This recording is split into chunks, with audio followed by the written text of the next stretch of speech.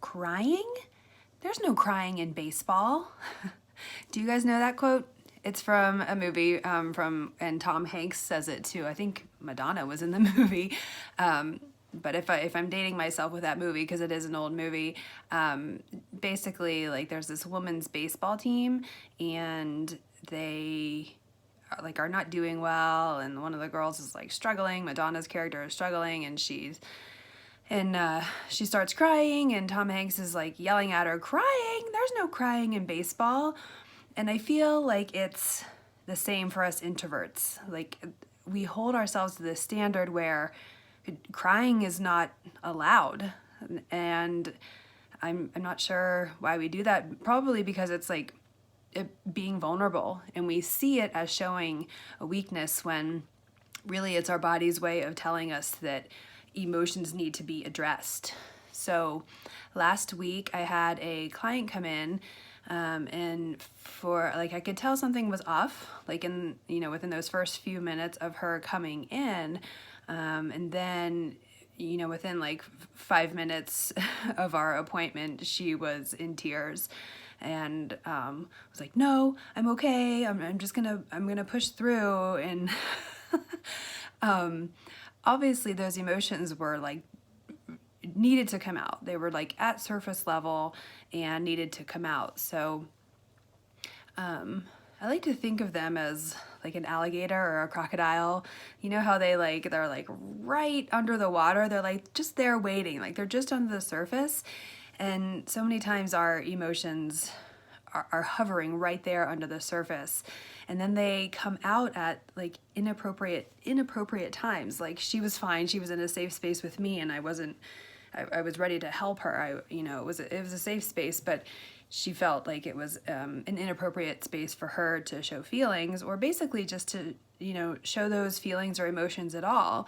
And really what was going on in her life was she was super stressed because she has a brother who's going through cancer treatments, and she had a huge like public meeting that she had to go to, and be at this meeting. So a lot of job stress, family stress, and she admitted that she had been like just trying to push through it, like, no, I'm gonna work out more, I'm working out every day, I'm walking, and like diving into the work, and basically just suppressing those emotions. Like, you keep pushing them down, you don't address them because you're too busy, and you just try and move on, and then those emotions just explode. Like, your body has to get rid of that stress and like all the bad hormones that come with harboring like negative emotions, and we just see crying as like this thing that we don't allow ourselves to do.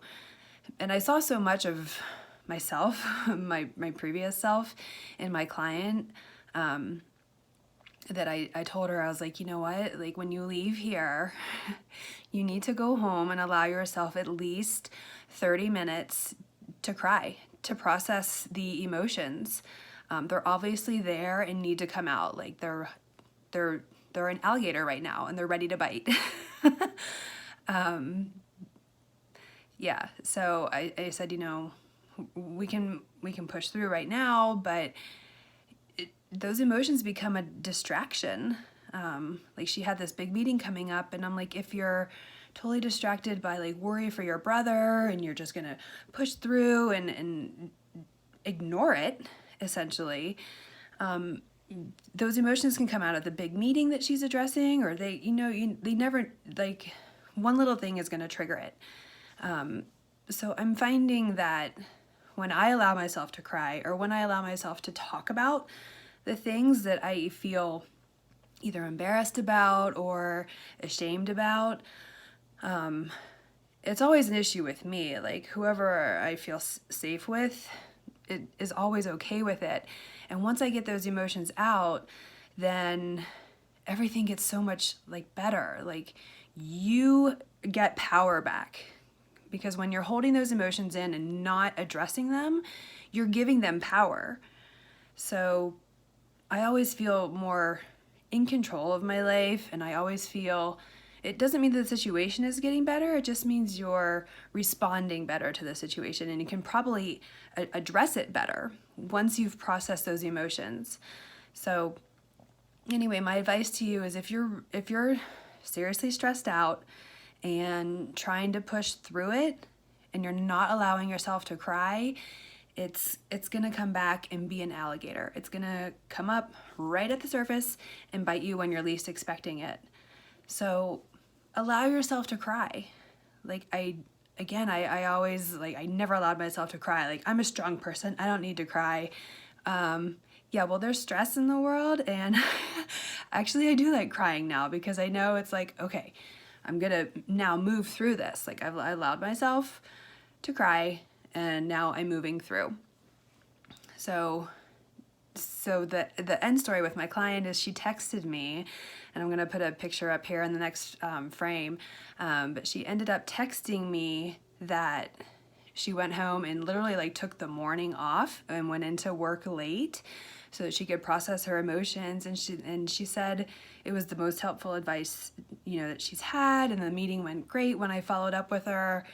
And she's like, and you know what? I should probably do that in the future. And I'm like, yeah, you should.